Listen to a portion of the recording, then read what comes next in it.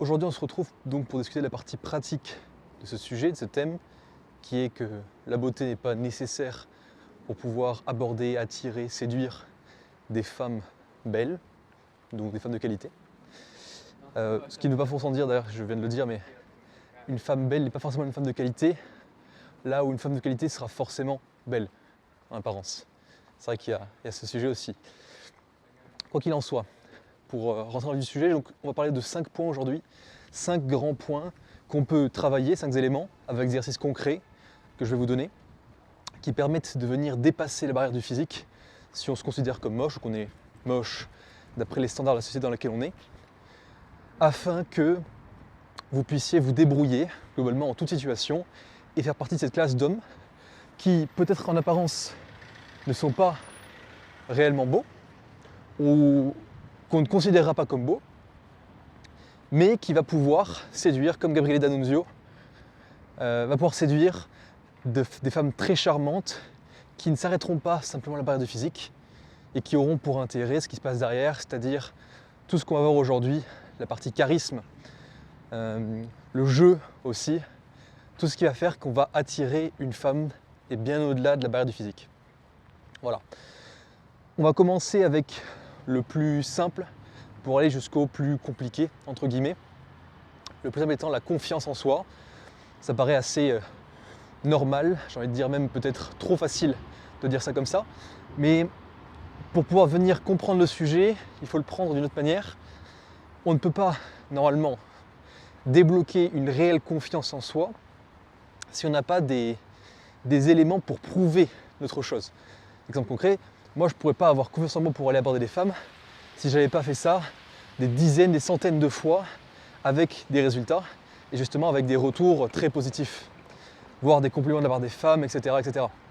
Et c'est ce qui fait que maintenant, je peux aller voir n'importe quelle femme, à peu de choses près, et interagir avec elle de manière très naturelle, sans que ça paraisse étrange, forcé ou quoi, parce que j'ai la confiance en soi qui va venir apparaître basée sur ce qu'on pourrait considérer comme de l'empirique, la répétition, le test qui procure cette confiance en soi. Maintenant, forcément au début c'est pas possible, donc qu'est-ce que ça implique? Ça implique de devoir le faker, en fait fake it until you make it, de prétendre avoir cette confiance en soi pour faire en sorte de pouvoir aborder des femmes sans avoir peur, sans se poser trop de questions et en donnant une bonne impression.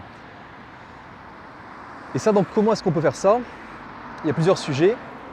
Le sujet principal en tout cas que je vais discuter aujourd'hui, ça fera le sujet de notre vidéo pour le reste, mais le sujet principal d'aujourd'hui c'est faire en sorte de switcher sur la mentalité de l'alter ego au moment où vous allez aborder. Qu'est-ce que ça implique? Ça implique que juste avant, vous voyez une femme qui vous plaît, juste avant d'aller l'aborder, vous faites en sorte directement de switcher de mode. Ce n'est plus vous, on va dire que vous vous appelez de base Sébastien. Sébastien se transforme en Sébastano, un alter ego qui n'a aucune peur, n'a pas froid aux yeux et qui va faire les choses telles qu'elles doivent être faites sans considérer son appréhension, sa peur, etc. C'est un switch complet de mentalité, ça veut dire que vous allez dissocier la personne qui est tout à fait capable d'avoir confiance en elle et d'agir comme vous le souhaitez de base par rapport à vous-même. Et en faisant ce travail-là, vous allez vous rendre capable d'agir d'une manière que vous n'auriez jamais pu avoir d'agir en temps normal. C'est quelque chose que j'ai essayé au tout début, effectivement, parce que tous ces points-là que je vous donne, c'est des choses que j'ai basées sur mon expérience personnelle, bien sûr, pas simplement des études. Et donc, ces points-là, je les ai tous travaillés, et ce qui m'a permis derrière de développer cette capacité à quasiment à toute épreuve. Donc, très bonne méthode, ça combiné à la technique des 4 secondes. On se laisse 4 secondes pour considérer toutes les options, réfléchir aux choses les plus négatives qui puissent se passer, qu'elles puissent nous mettre une claque, nous frapper au visage, nous faire une clé de bras, ou même nous tuer, ce qui en réalité a vraiment très peu de chances de se produire. Surtout si vous y allez, comme on a vu hier, avec une intention qui est subtile, qui a une forme, une touche sexualité, mais sans pour autant être trop agressive. Et donc, après ces 4 secondes, venir directement aller la voir, sans plus se poser de questions et juste poser le premier pas, le deuxième, le troisième et y aller. Peu importe où elle est, si c'est dans la rue, dans tout autre contexte aussi. Encore plus simple si bien sûr vous êtes en bar, ou boîte de nuit ou autre, ces lieux où littéralement tout est fait pour faciliter la tâche. Maintenant, si vous avez besoin d'alcool, pour pouvoir aller aborder une femme, posez-vous des questions. Parce que franchement, c'est qu'il y a un vrai problème, il y a quelque chose à travailler, ça c'est sûr et certain. Donc ça c'est le premier point, la confiance en soi. Le deuxième point maintenant, encore une fois quelque chose de très normal, vous êtes tout fait comprendre, c'est l'apparence physique. Soigner son apparence physique, ça passe par quoi? On commence par le plus simple, le plus obvious, c'est le sport. Le sport, travailler sur son esthétique corporelle. Est-ce que vous êtes en surpoids? Oui, non. Si c'est le cas, pareil, posez-vous des questions. Est-ce que vous pouvez faire quelque chose pour régler ça? Travailler sur vous-même, faire du sport. Là, pareil, parce qu'encore une fois, qu'on le veuille ou pas, même si de visage vous êtes peu attirant, d'après les standards de la société, si jamais vous avez quand même un corps qui est agréable à voir, alors forcément ça fera une grosse différence. Vous voyez? Donc la salle de sport qui va être vraiment un must pour tout le monde, ou au moins un sport qui est pratiqué. Et pour vous donner un détail du top 4 des grands groupes musculaires à travailler en priorité, notamment pour l'apparence physique telle qu'on peut nous observer, le premier groupe musculaire c'est les épaules, super important, parce que ça va venir forger la carrure, ce qui d'ailleurs va venir nous rendre en apparence vraiment imposant, très positif. Ensuite les bras, des gros bras qui pareil vont apparaître encore une fois saillants lorsqu'on nous regarde, notamment dans un abordage. Ensuite ça va être les pectoraux, pareil, un travail des pectoraux qui va vraiment être important pour pouvoir bomber le torse, on pourrait dire, se sentir en confiance. Et enfin, bien sûr, pour pouvoir équilibrer le dos. Le dos qui, pareil, va être très important, mais vu qu'on est de dos, et que généralement quand on aborde, pareil, on va être de face. Bon, ça va être important pour la suite, mais il y a en quatrième place. Donc voilà les grands groupes à travailler, notamment avec en priorité les épaules, bien sûr, parce qu'on veut faire bonne impression et ça va venir dégager de nous une apparence de quelqu'un qui est, voilà, qui est carré, qui est structuré, qui est taillé. Taillé dans un bloc de pierre, on pourrait même dire. Donc vraiment pertinent. Toujours par rapport à l'apparence physique, on a aussi la tenue vestimentaire, forcément qui joue son rôle.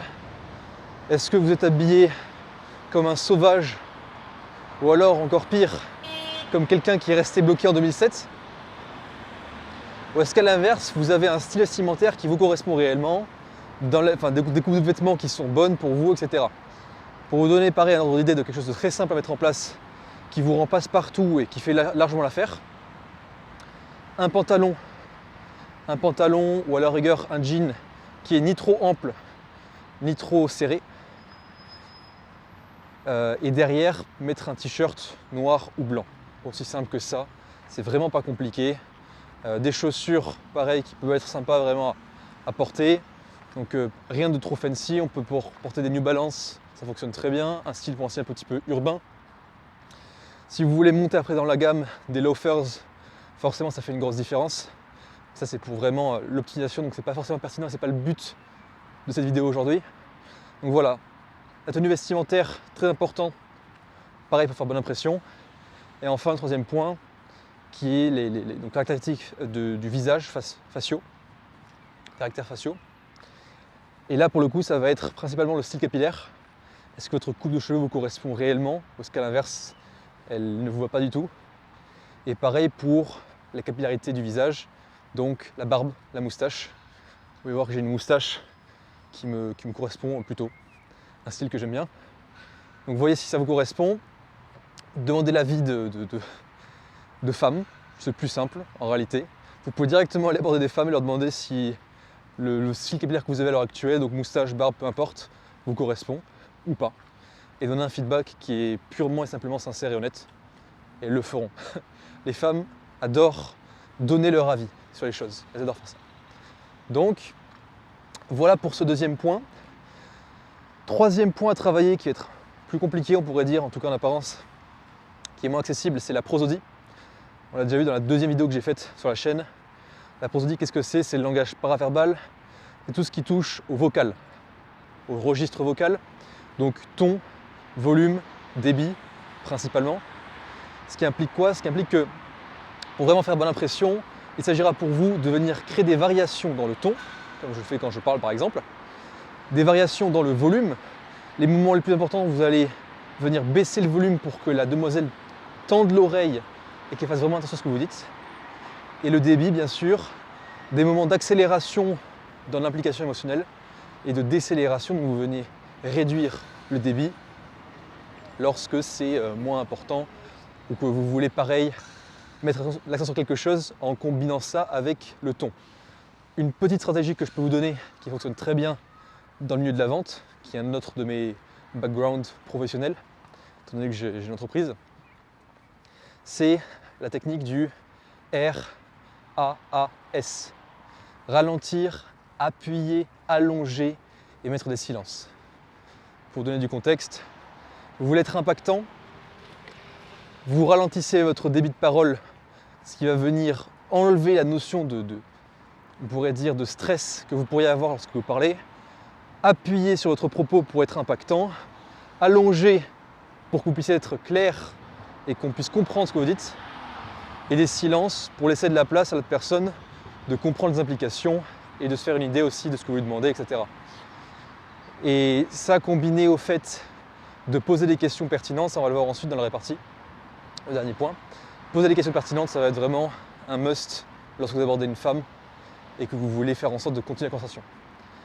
Donc voilà par rapport à ce troisième point. Le quatrième point, qui va être le body language, le langage corporel, le langage non verbal cette fois-ci, aussi important que la prosodie.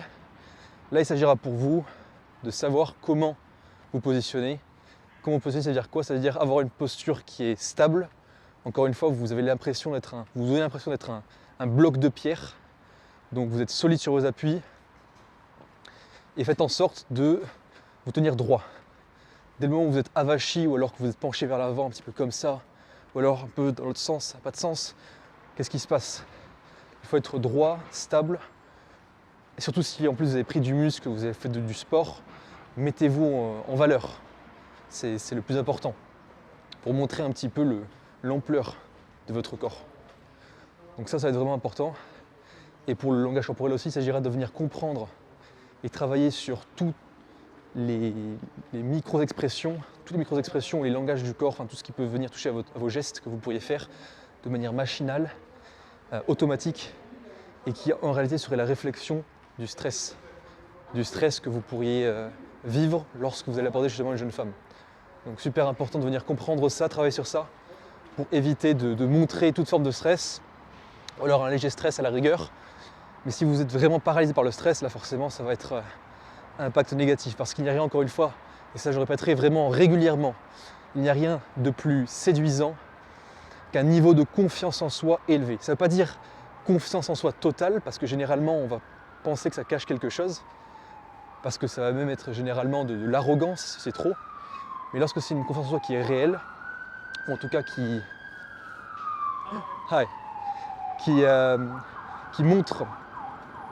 montre quelque chose de concret, là pour le coup ça serait avoir confiance en soi, on va dire à 94%, se laisser une marge de doute. À ce moment-là on sera impactant, à ce moment-là on fera une bonne impression, et à ce moment-là on pourra espérer obtenir quelque chose, comme par exemple un rendez-vous. Et donc ce qui m'amène à mon cinquième point, la répartie comme je le disais. Qu'est-ce que la répartie? C'est l'art de savoir quoi répondre et quand le répondre. Aussi simple que ça. Donc la demoiselle vous répond à votre question, parce que généralement on fait en sorte de créer une interaction avec des questions pour l'impliquer. En ayant sa réponse, vous êtes capable de rebondir sur ce qu'elle dit pour enchaîner avec une autre question, continuer l'interaction, jusqu'au moment où vous l'avez suffisamment impliquée, donné de la valeur et mise en confiance pour qu'elle vous retourne une ou plusieurs questions. Et une fois que vous avez réussi à accomplir ça, et vous retournez des questions, ça devient plus une discussion. Dans ce cas-là, c'est bon. Et vous pouvez commencer à avancer vers la suite. Continuez de la mettre à l'aise, la faire rigoler un petit peu, pour derrière prendre son numéro de téléphone et directement planifier un moment pour avoir un rendez-vous avec elle. Tout simplement. Et comment on travaille la répartie? Pour vous donner du contexte, parce que c'est vrai que ça demande un effort considérable et que c'est beaucoup plus compliqué que le reste. Pour ça, je ne saurais que trop vous recommander que de regarder des vidéos de débats spontanés qu'il peut y avoir pour voir un petit peu comment les différents participants vont rétorquer de manière argumentaire aux autres, premièrement. Et deuxièmement, c'est faire en sorte de vous entraîner par vous-même à vous faire stimuler avec une thématique, vous donnez une idée à un de vos amis, une idée que vous avez par rapport à un sujet. Par exemple, ça peut être les violences policières en Jamaïque. Exemple très concret. Et à partir de ce sujet, vous vous donnez 1 minute pour y réfléchir et donner des arguments. Votre ami vous donne des contre-arguments à ça et vous devez défendre la position, en tout cas rétorquer à ces arguments, ou ces contre-arguments pour le coup. Et en faisant ce travail-là, vous vous entraînerez à être capable de répondre facilement, rapidement, efficacement, même si vous mettez un petit peu de silence à la jeune femme dans la rue, parce que là, si vous l'abordez vraiment dans la rue, effectivement, ça va impliquer qu'elle est en train de faire quelque chose, elle se déplace pour aller quelque part. Donc vous l'arrêtez dans une activité qui est quand même, peut-être elle va voir ses amis ou autre, donc vous l'arrêtez dans une activité qui est quand même importante dans une moindre mesure. Donc qu'est-ce que ça implique? Ça implique que vous soyez percutant, impactant et que vous puissiez avoir un taux de rétention maximal.